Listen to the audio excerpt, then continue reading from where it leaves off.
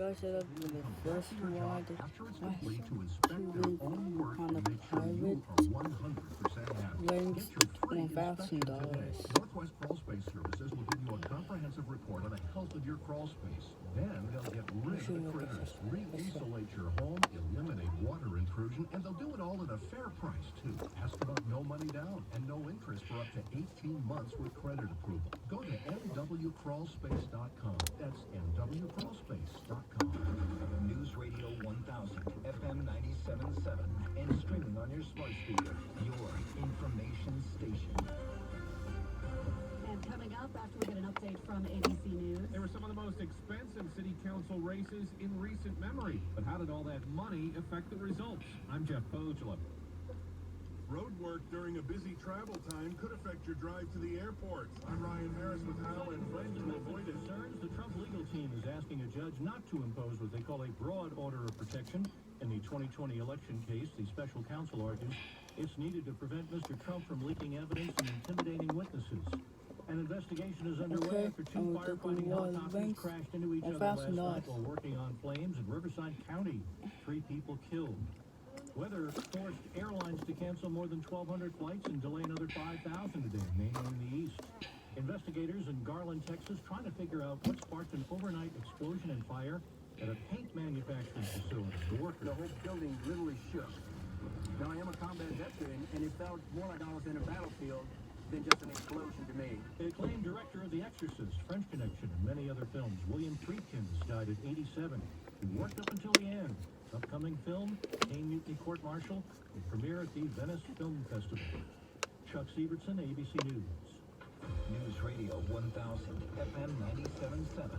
Stay connected, stay informed. Good afternoon. 3:31 here at Northwest News Radio. I'm Kim Shepard. Rich Ensigns will be back with us next week. Here's what's happening. Hundreds of thousands of dollars were spent on the Seattle City Council races, but that money complete mixed results. Details from Northwest News Radio's Jeff Pogela. Some candidates spent a lot of money, others not nearly as much. Looking at the results of the primary, the most well-funded candidates didn't always win, reports the Seattle Times. For example, Stephen Brown spent more than most other candidates in the District 1 race, but he came in 5th when all the votes were counted. In District 5, however, I gotta laugh expenditures while I and give outside all of groups spent those. quite a bit of money to help advance the race to Rivera. Results of the primary will be certified in a few weeks, and the general election will be held on November 7th. Jeff Pogela, Northwest News Radio. Hotter, drier weather is taking a toll on hydroelectric power production in Washington. Northwest News Radio's John Lobertini reports there could be consequences as a result. Climate change left a footprint as recently as May and June. Unusually hot, the snowpack melted quickly, and a lot of winter runoff didn't make it to Ross Lake, the largest reservoir operated by Seattle City Light. When storm runoff can't produce hydroelectric power, utilities are forced to use coal and natural gas. In 2019, greenhouse gas emissions reached their highest levels in more than a decade, the Seattle Times reports. Some power providers are turning to solar and wind to meet demand, with an eye on Washington's 2045 target for offering mostly carbon-free energy production. But like hydropower, the weather has to cooperate.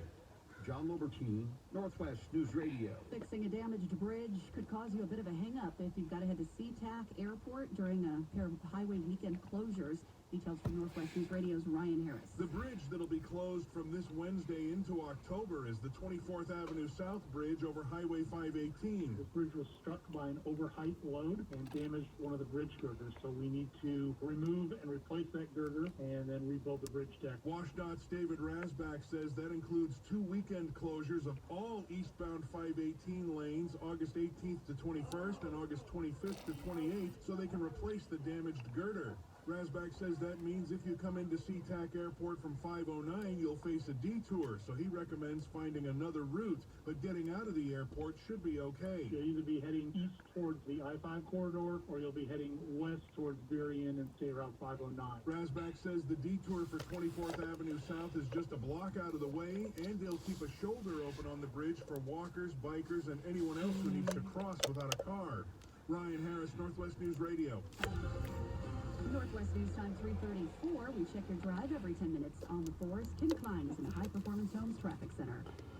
starting in Soto, where we have a police response on First in Massachusetts. It's now a shooting investigation, so you're going to find several lanes blocked at First Avenue at Massachusetts Street, worth avoiding if you can. South and I-5 is slow into downtown Seattle, starting at Lake City Way, so a little better than usual today, but it stays slow all the way towards the where it starts to break free. Then we're slow again, south on 5 from the Duwamish curve, off and on towards the Road.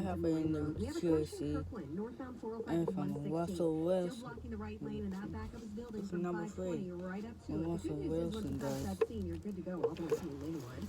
South on 405, though, is very heavy out of downtown Bellevue, most of the way towards Sunset and Renton now. We're seeing some increasing traffic on 167 south of Renton towards Willis Street, and then more from Highway 18 towards a collision, a new one just south of Ellingston Road that is last seen blocking your center lane. Your next northwest traffic at 344. Your forecast sponsored by Northwest Crawl Space Services. Great to wake up to the early morning showers that have since ended, revealing more sunshine throughout the afternoon. But we have one more rain event on the way this week, developing Tuesday afternoon across the northwest interior with light showers from Forks into Friday Harbor by tomorrow evening. And then Wednesday, that's the timing of the light showers in around Puget Sound that wrap up slowly throughout the day over Snohomish County, drying out starting on Thursday with warm sunshine back this upcoming weekend with highs near 80. In the KOMO 4 Weather Center, meteorologist Kristen Clark. Right now, 74 degrees in Seattle. Northwest News Time, 3:36. So what role will young people play in the 2024 elections? Republicans and Democrats alike are working to galvanize those voices. Dylan Wells is covering this for the Washington Post and spoke with Northwest News Radio's Jeff Pojola. Let's start with these conferences because both of the parties want to get young people to the polls, but there are significant differences in how they're motivating those voters. Exactly. Here in D.C. last week, we saw two of the largest groups focused on activating young voters, one Democratic, the Voters of Tomorrow, and one Republican, the Young America's Foundation. Both held these summits in D.C. where hundreds of students came here with the goal being to activate them ahead of the 2024 election. But the conferences could not be more different. One was led by former Wisconsin Governor Scott Walker, who is the head of Young America's Foundation and is obviously a 55-year-old former presidential candidate, and the other was led by a 21-year-old who just graduated college last month. So they have very different approaches from both parties as they're trying to figure out how to activate Gen Z voters who are going to make up an even greater share of the electorate in 2024. Now, looking at Republican efforts for the moment, is this kind of a turning point? Are they paying more attention to younger voters than before? They're trying to. Well, look, young people tend to vote Democratic, but this is not a guaranteed age group for Democrats. yesterday, and the 10,000 to reach them, it might work in 2024. So, however, there's a lot of controversial policies. We haven't finished this water bottle, and Republicans. Even here at this conference focused on young voters, they featured a presidential candidate who has suggested raising the voting age for young people, and another speaker who said it should be harder for college students to vote on campus.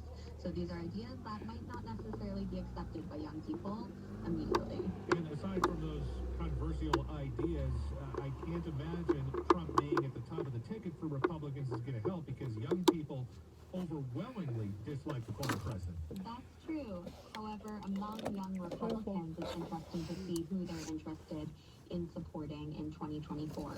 I talked to a lot of folks who are really interested in Florida Governor Ron DeSantis, as well as several who praised the efforts of tech entrepreneur Vivek Ramaswamy, who's a lesser-known candidate, but is the first millennial to run for president as a Republican. And is there any chance that any of those candidates are going to move forward? Because at the moment, President Trump or former President Trump holds a wide lead in the polls. Former President Trump is definitely still the man to beat in the Republican primary. At this point, he is by far the leading candidate on that side of the aisle, but we never know exactly what will happen. He faces his third indictment, so who knows what voters are going to do. The Washington Post's Dylan Wells there speaking with Northwest News Radio's Jeff Pojola, and we'll have sports in 1 minute. Elisa Jaffe here, and if you're starting a bathroom or kitchen remodel and you don't know where to begin, or maybe you need an expert to help you make all those tough decisions, I gotta tell you about the design consultants at your nearest Keller Kitchen and Bath showroom. Because Keller Design Consultants are there to walk you through the entire design and selection process. They'll take the time to sit down with you, understand the style you're going for, offer functionality advice, and show you all those cool Kohler products that are hard to find anywhere else. We're talking award-winning Kohler tubs, showers, sinks, faucets, vanities, I guess even we'll steam finish shower this therapy water, that can guys. be integrated into your current shower to And deliver all sorts of I'm health gonna benefits. finish the water, So if so you're looking for distinctive products that will make your What's bath that? or kitchen pop and the know-how from a design expert, check out your nearest Keller Kitchen and Bath showroom. Schedule your free design consultation at kellershowcase.com. That's kellershowcase.com. Northwest News Time 340, and let's get a check on the Beacon Plumbing Sports Desk with Bill Schwartz. The Seahawks take the defensive position on the last game. First preseason game Thursday night at Lumen Field against Minnesota. Quarterback Geno Smith says it was great for the Seahawks to simulate the experience of last Friday's mock game. We'll go for the rookie. guys, thank you for watching. Please like and subscribe for more videos. I'll give you for $1,000. So thanks for watching. Peace out.